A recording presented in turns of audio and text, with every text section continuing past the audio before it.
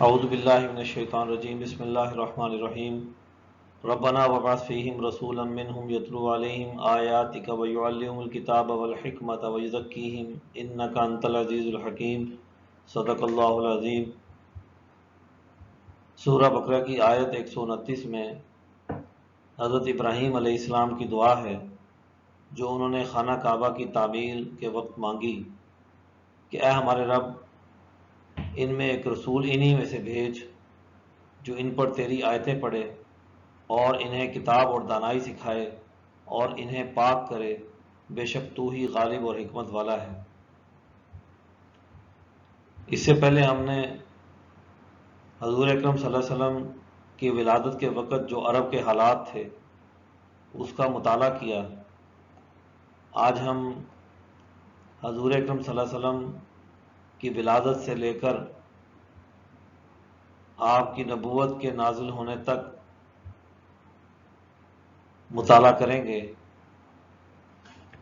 تو یہ ہمارا آج کا دائرہ کار ہے، ولادت تا نبوت۔ حضور اکرم صلی اللہ علیہ وسلم کی ولادت باسعادت 20 اپریل سن 571 کو ہوئی۔ یہ سال عام الفیل کہلاتا ہے۔ عام الفیل اس لیے کہ اس سال ابرہہ نے اپنے ہاتھیوں والے لشکر کے ساتھ مکہ پر حملہ کیا اور شکست کھائی۔ ہاتھی افریقہ کا جانور ہے، حیوان ہے، عربوں کے ہاں اس کا رواج نہیں۔ تو مکہ میں پہلی بار ہاتھی آئے تو اس لیے اسی عنوان سے، کیونکہ ایک بڑا واقعہ بھی تھا، تو اس لیے اسے عام الفیل کا نام عنوان دیا گیا۔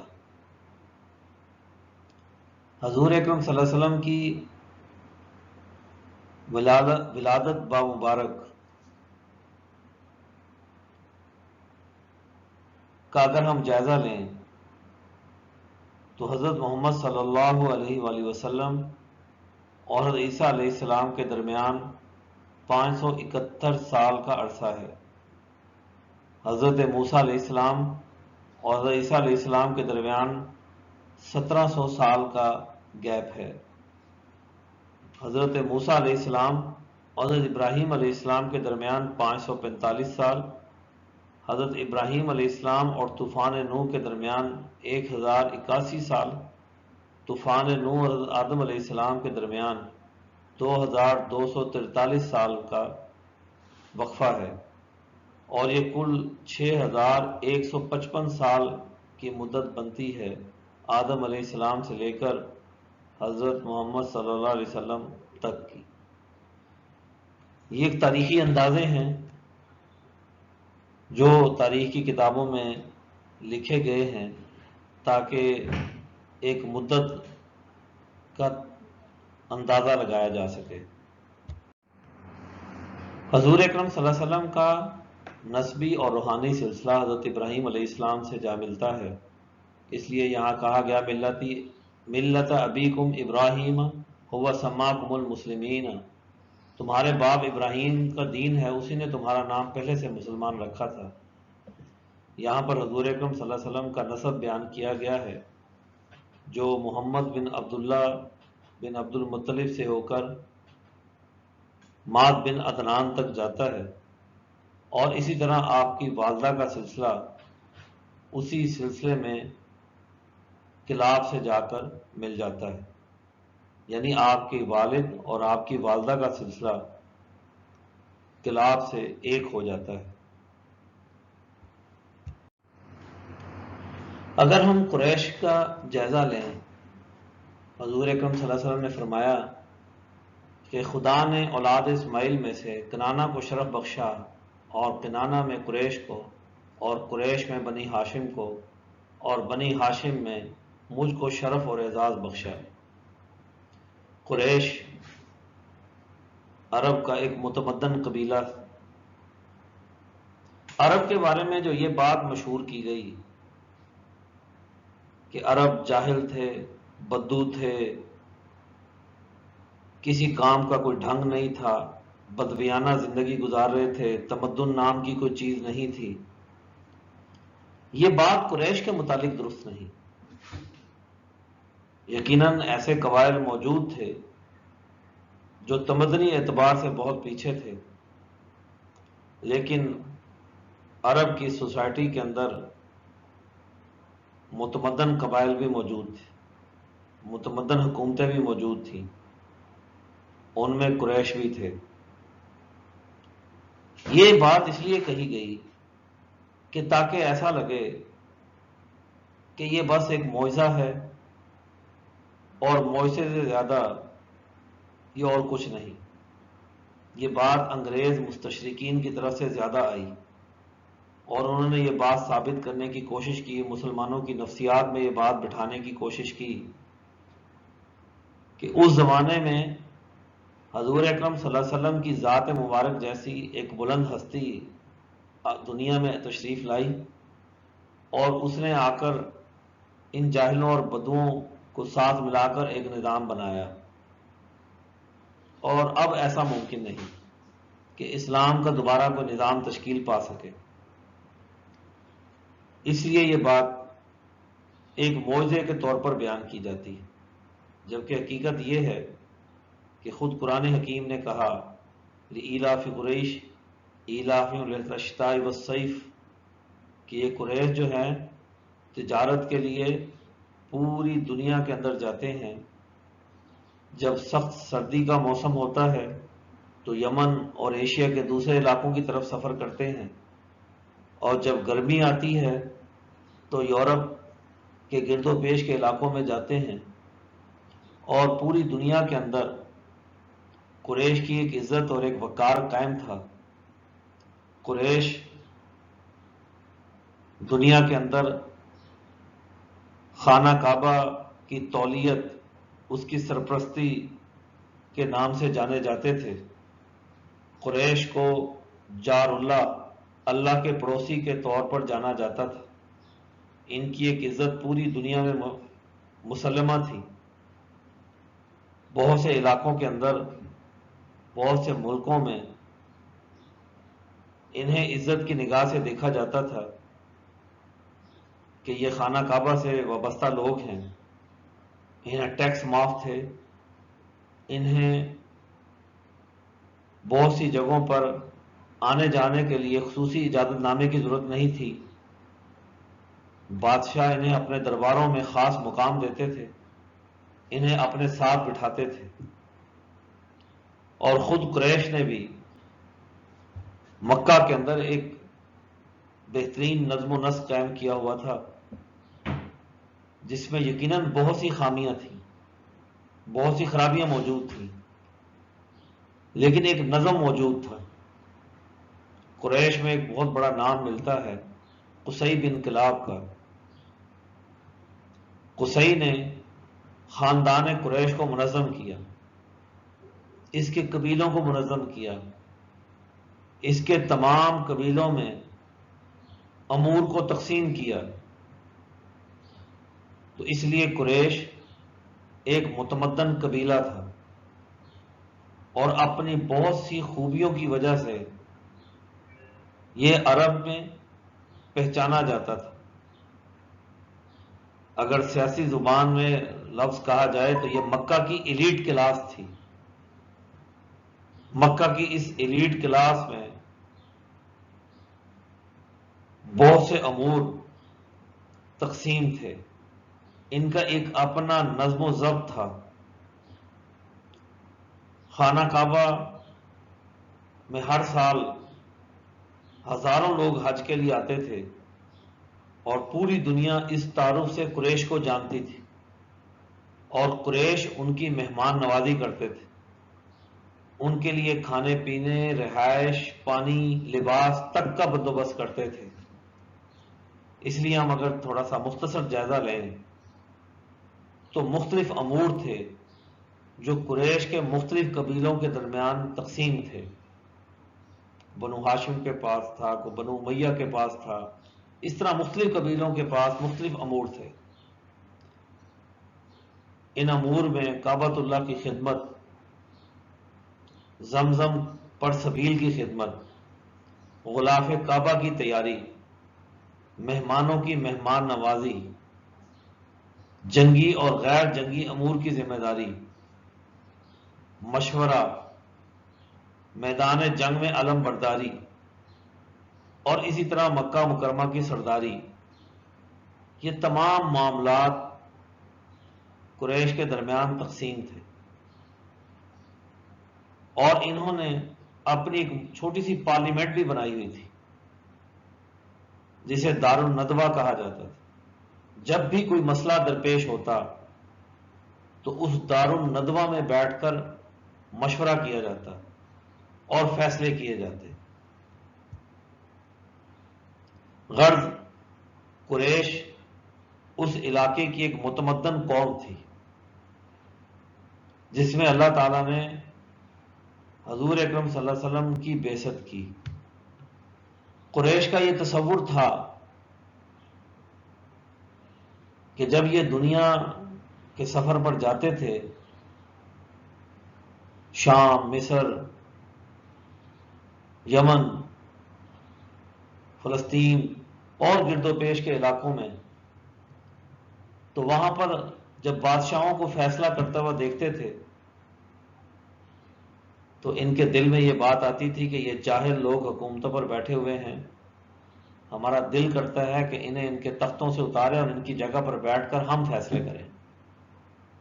تو یعنی ان کے اندر ایک حکومت کرنے کا تصور وہ موجود تھا۔ قرآن حکیم میں ہے علم جدید کا یتیماً فآویٰ، کیا ہم نے تجھ کو یتیم نہیں پایا اور پھر تجھ کو جگہ دی۔ حضور اکرم صلی اللہ علیہ وسلم کے والد ماجد حضرت عبداللہ تاجر تھے، تجارت کے لیے شام تشریف لے گئے تو واپسی پر بیمار ہو گئے اور بنی نجار میں وفات پائی۔ بنو نجار حضور اکرم صلی اللہ علیہ وسلم کا ننیال خاندان ہے اور حضرت آمنہ کا تعلق اسی خاندان سے ہے۔ حضور اکرم صلی اللہ علیہ وسلم کی پیدائش سے 2 ماہ قبل آپ کی وفات ہوئی۔ اس وقت آپ کی عمر 25 سے 28 سال کے درمیان تھی۔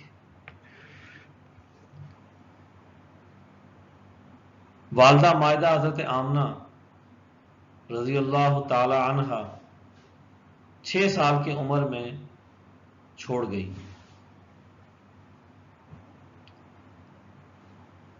حضرت عبداللہ کی قبر پر گئیں، واپسی پر مکہ تشریف لاتے ہوئے ابوا کے مقام پر آپ کی وفات ہوئی۔ اس کے بعد آپ کے سرپرست حضرت عبد المطلب جب آپ کی عمر 2 سال کی ہوئی تو ان کا انتقال ہو گیا۔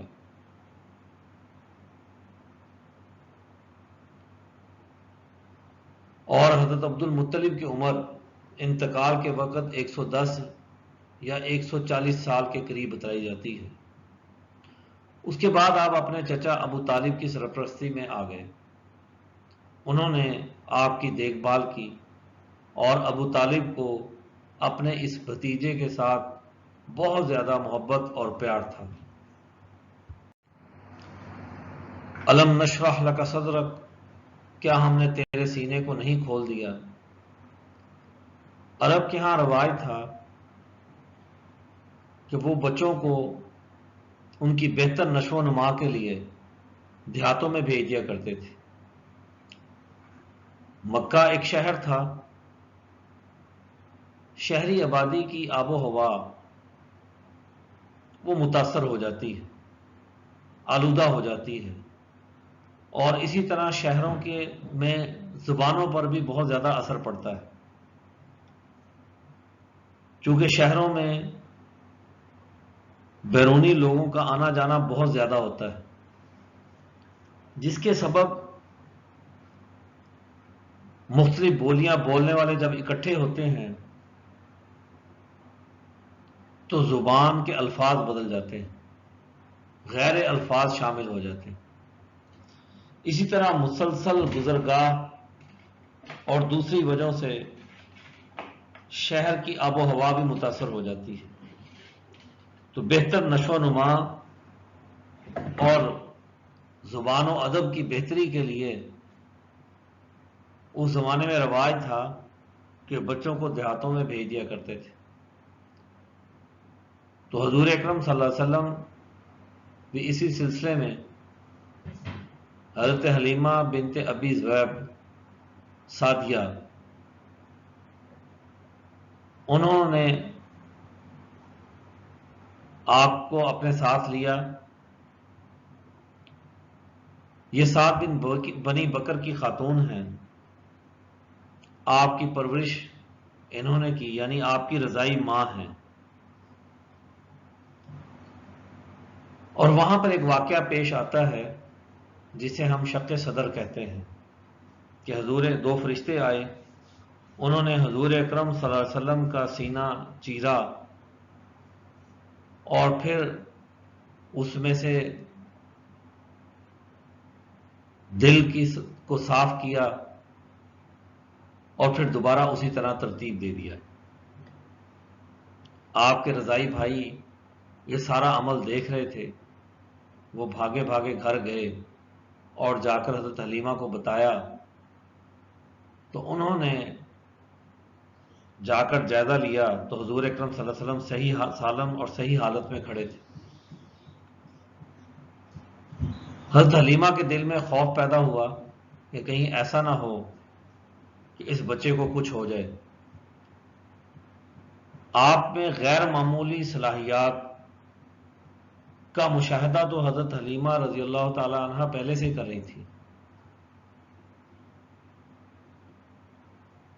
اور اس واقعے کے بعد ان کے دل میں یہ خوف ہو گیا کہ آپ کو کوئی نقصان نہ پہنچ جائے، تو اس لیے وہ فوراً آپ کو لے کر مکہ تشریف لے آئیں اور آپ صلی اللہ علیہ وسلم کو آپ کی والدہ کے حوالے کر دیا۔ قل سیروا فی الارض کہتے ہیں کہ زمین کی سیر کرو۔ حضور اکرم صلی اللہ علیہ وسلم کی عمر مبارک جب 13 سال پہنچی، سن 582 میں آپ اپنے چچا ابو طالب کے ساتھ سفر پر گئے۔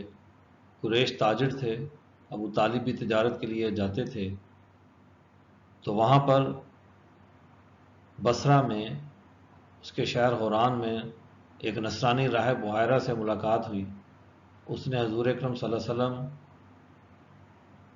پر کچھ غیر معمولی اثرات دیکھے، ان سے ابو طالب کو آگاہ کیا کہ یہ بچہ بہت خاص ہے اور مستقبل میں نبی بننے والا ہے، تو اس لیے اس کی حفاظت کا خصوصی اہتمام کرو۔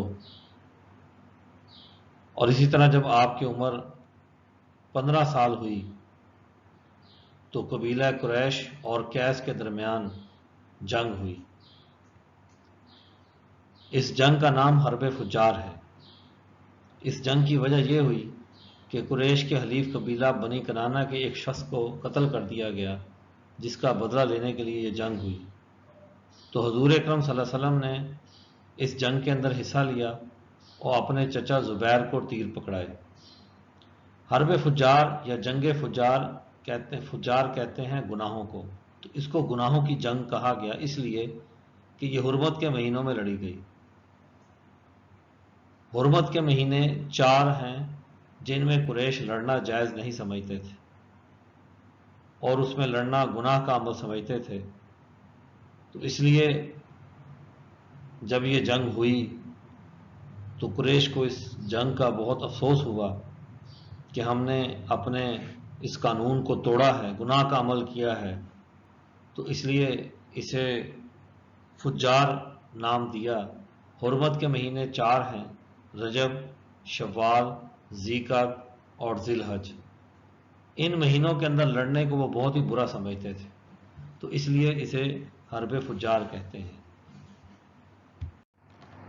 قبل از بعثت حضور اکرم صلی اللہ علیہ وسلم کی زندگی میں سماجی امور سے بھرپور ہے۔ آپ اپنے معاشرتی معاملات میں شرکت کرتے تھے۔ قریش کے جو اجتماعی امور تھے ان میں آپ شریک ہوتے تھے، خواہ وہ تجارت کا معاشی معاملہ ہو یا حرب فجار ہو یا معاہدہ حلف الفضول، اور اسی طرح ہمیں اور بھی بہت سے واقعات ملتے ہیں۔ معاہدہ حلف الفضول حرب فجار کے بعد ہوا، اور اسی طرح مکہ میں مسافروں کی حفاظت کا کوئی بندوبست نہیں تھا، مسافروں کو لوٹ لیا جاتا تھا، تو اس لیے ضرورت تھی کہ ایک ایسا معاہدہ کیا جائے جس کے نتیجے میں مکہ کا امن و امان یقینی بنایا جا سکے۔ تو حضور اکرم صلی اللہ علیہ وسلم نے اس معاہدے کے اندر شرکت کی۔ یہ معاہدہ حلف الفضول دراصل ایک قیام امن کمیٹی ہے جس نے یہ معاہدہ کیا۔ اس معاہدے کو فضول اس لیے کہتے ہیں کہ اس میں 4 لوگ ایسے شامل تھے، ایسے سردار شامل تھے جن کے ناموں کے ساتھ فضیل، مفضل کا نام تھا، اس لیے اسے فضول کا نام دیا گیا۔ اور بعض کے نزدیک اس میں معاہدے کے اندر لفظ فضول شامل تھا، اس لیے اس کا نام جو ہے معاہدہ حلف الفضول قرار پایا۔ حلف کہتے ہیں معاہدے کو، حلف اٹھانے کو، اوتھ لینے کو، معاہدہ ایگریمنٹ۔ تو اس لیے یہ فضول عربی کا لفظ ہے، یہ ہمارے اردو والا فضول نہیں ہے۔ اس کے اہم نکات یہ تھے کہ ہم ملک سے بد امنی دور کریں گے، مسافروں کی حفاظت کریں گے، غریبوں کی امداد کیا کریں گے، طاقتوروں کو کمزوروں پر ظلم اور ناانصافی کرنے سے روکیں گے۔ اس معاہدے میں حضور اکرم صلی اللہ علیہ وسلم کی باقاعدہ شرکت ہوئی۔ آپ اپنی جوانی میں 19-20 سال کی عمر میں آپ ہیں، اور جب آپ کو نبوت ملی تو نبوت کے بعد بھی آپ فرمایا کرتے تھے کہ اگر عرب آج بھی مجھے کسی ایسے معاہدے کی طرف بلائیں گے تو میں ضرور جاؤں گا، اور اگر کوئی مجھے یہ کہے کہ تم 100 سرخ اونٹ لے لو اور اس معاہدے سے پھر جاؤ تو میں کبھی نہیں پھروں گا۔ عربوں کے ہاں سرخ اونٹ کی بہت زیادہ اہمیت ہے، سب سے مہنگی سواری اور سب سے قیمتی جانور کے طور پر اسے دیکھا جاتا ہے۔ تو اس لیے حضور اکرم صلی اللہ علیہ وسلم کے اس بات سے اس کی اہمیت کا پتہ لگتا ہے۔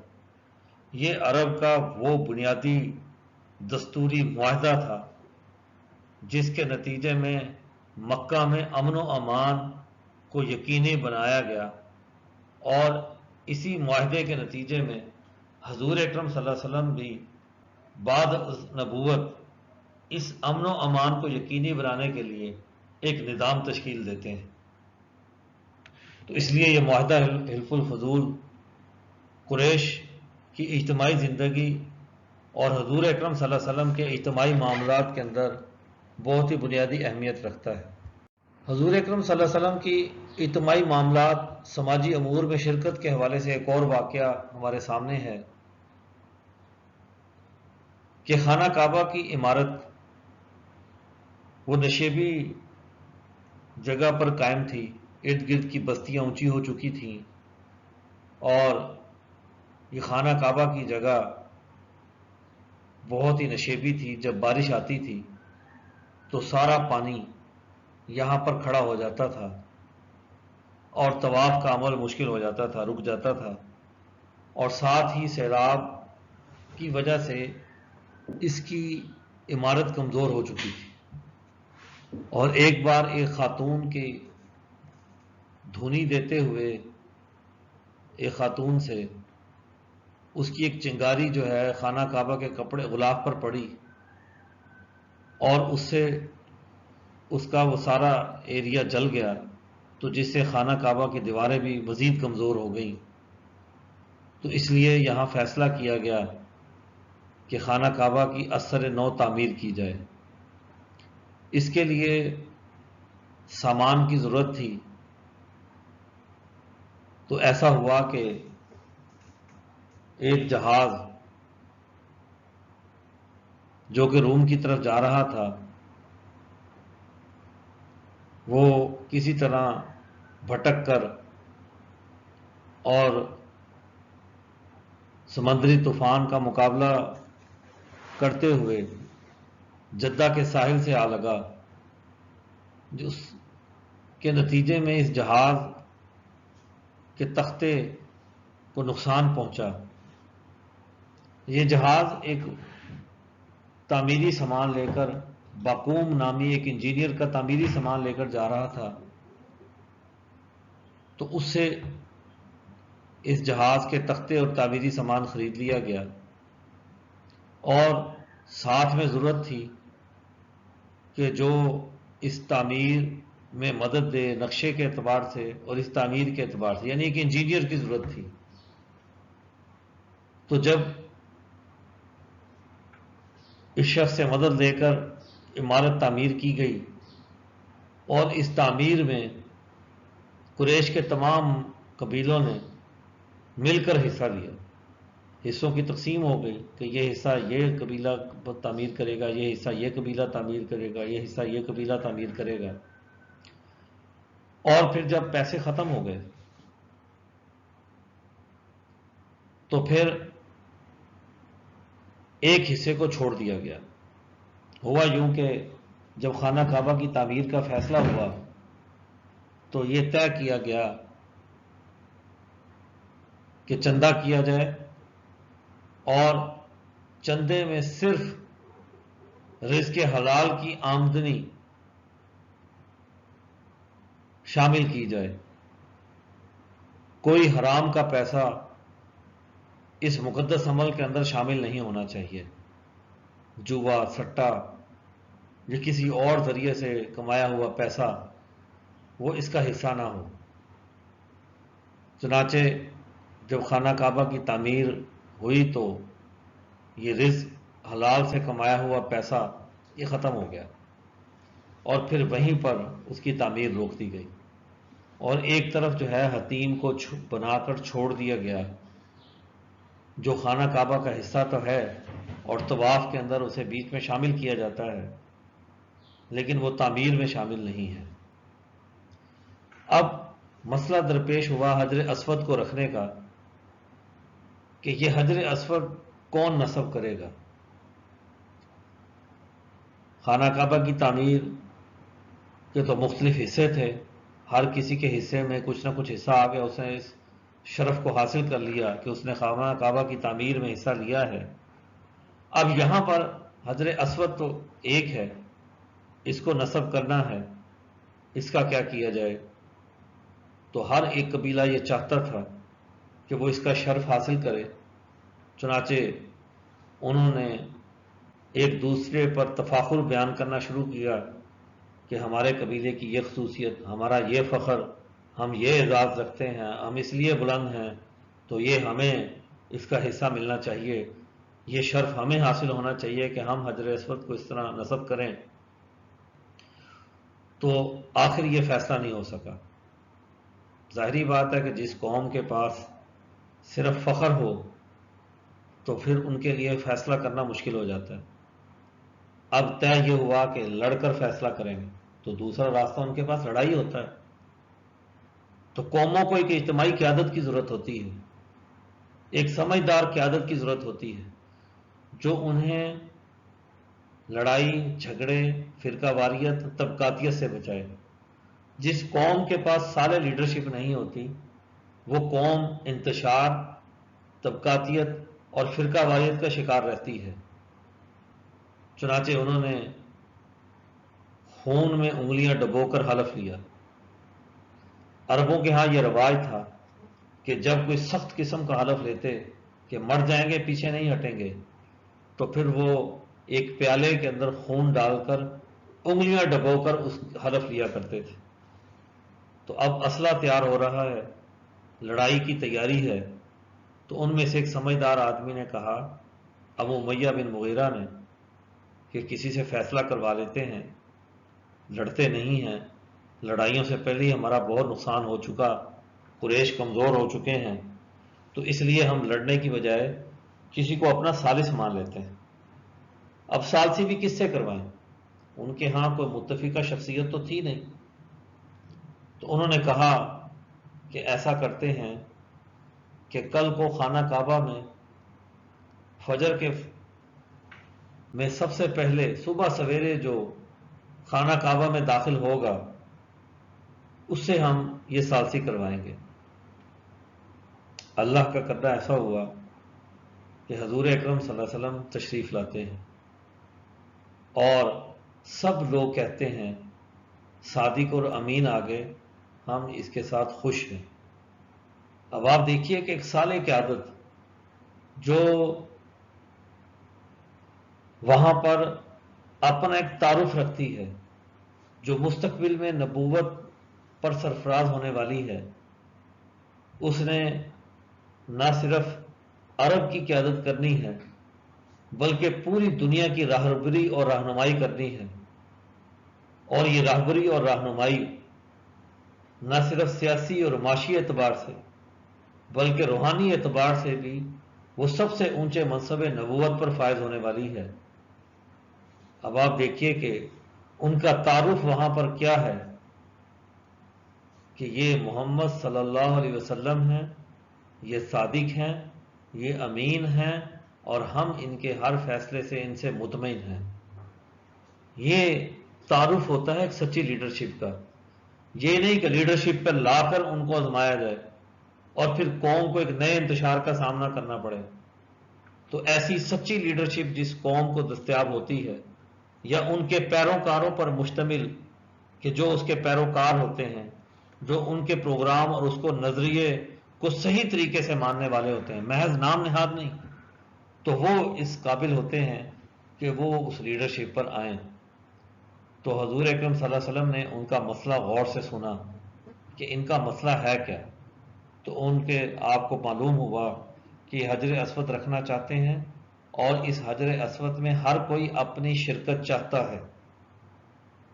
حجر اسود ایک مقدس پتھر ہے جو جب خانہ کعبہ کا طواف شروع ہوتا ہے تو اس کا وہاں سے شروع کیا جاتا ہے جہاں پر یہ نصب ہے، اور طواف کے دوران اس کی طرف استلام کیا جاتا ہے، اسے سلام کیا جاتا ہے، اور اگر کوئی اسے چھو سکے تو اسے چھوئے گا، اس کو بوسہ دے گا، اور اگر آج رش کی وجہ سے ممکن نہیں ہے تو صرف استلام کیا جاتا ہے۔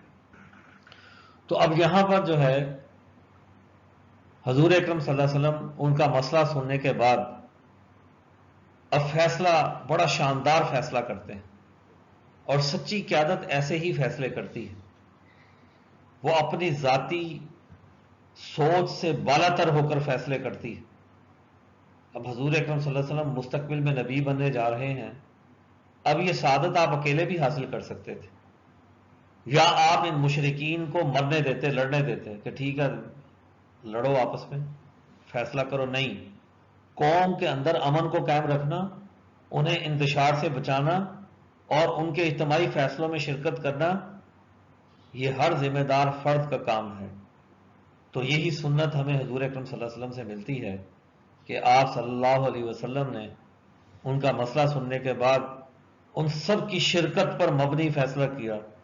آپ نے کہا کہ ایک چادر لے کر آؤ، اور پھر اس چادر کو بچھا کر آپ نے حجر اسود اس پر رکھا، اور پھر سارے قبیلوں سے کہا کہ اپنے قبیلے کا ایک ایک نمائندہ لے کر آؤ اور سارے مل کر اس چادر کو پکڑو، اور پھر سارے قبیلوں کے نمائندے مل کر وہاں شریک ہوئے، اس چادر کو پکڑا اور حجر اسود کو اس جگہ کے برابر لے کر آئے جہاں پر اسے نصب کرنا تھا۔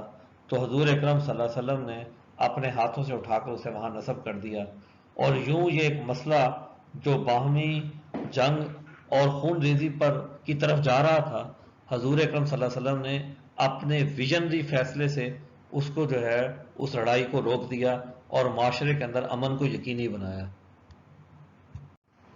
حضور اکرم صلی اللہ علیہ وسلم کی اجتماعی امور میں شرکت کے حوالے سے، سماجی امور میں شرکت کے حوالے سے ہمیں آپ کی زندگی میں آپ کا ایک تعارف بطور تاجر بھی ملتا ہے۔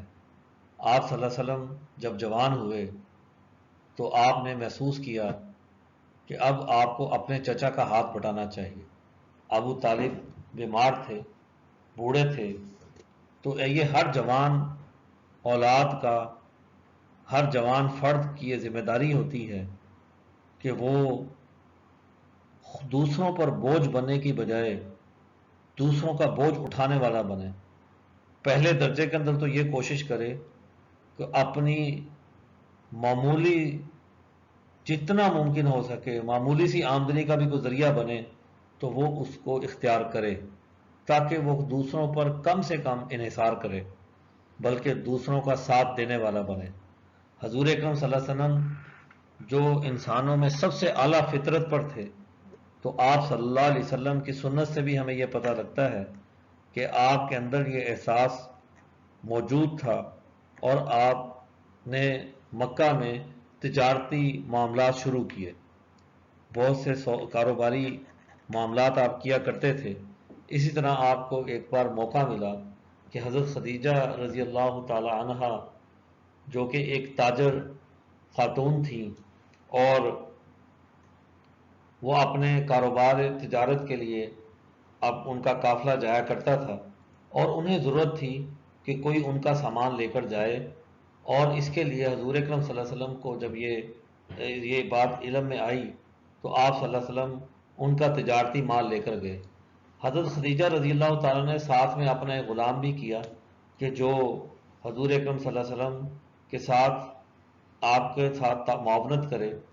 تو جب حضور اکرم صلی اللہ علیہ وسلم تجارتی قافلے سے واپس آئے تو اب اس سال جو ہے اس تجارت سے بہت زیادہ منافع ہوا، اور اس غلام نے حضرت خدیجہ کو حضور اکرم صلی اللہ علیہ وسلم کی صدق اور امانت پر مبنی بہت سی خوبیاں بتائیں کہ آپ کے تجارتی اصول بہت ہی عمدہ ہیں، آپ لوگوں کو لین دین کے اندر کوئی دھوکہ نہیں دیتے، صاف اور کھری بات کرتے ہیں، جو مال کی خوبی ہے ویسی بیان کرتے ہیں، بڑھا چڑھا کر بیان نہیں کرتے۔ تو جب یہ خوبیاں حضرت خدیجہ رضی اللہ تعالیٰ عنہ کے علم میں آئیں تو آپ نے اپنا پیغام نکاح حضور اکرم صلی اللہ علیہ وسلم کو پہنچایا۔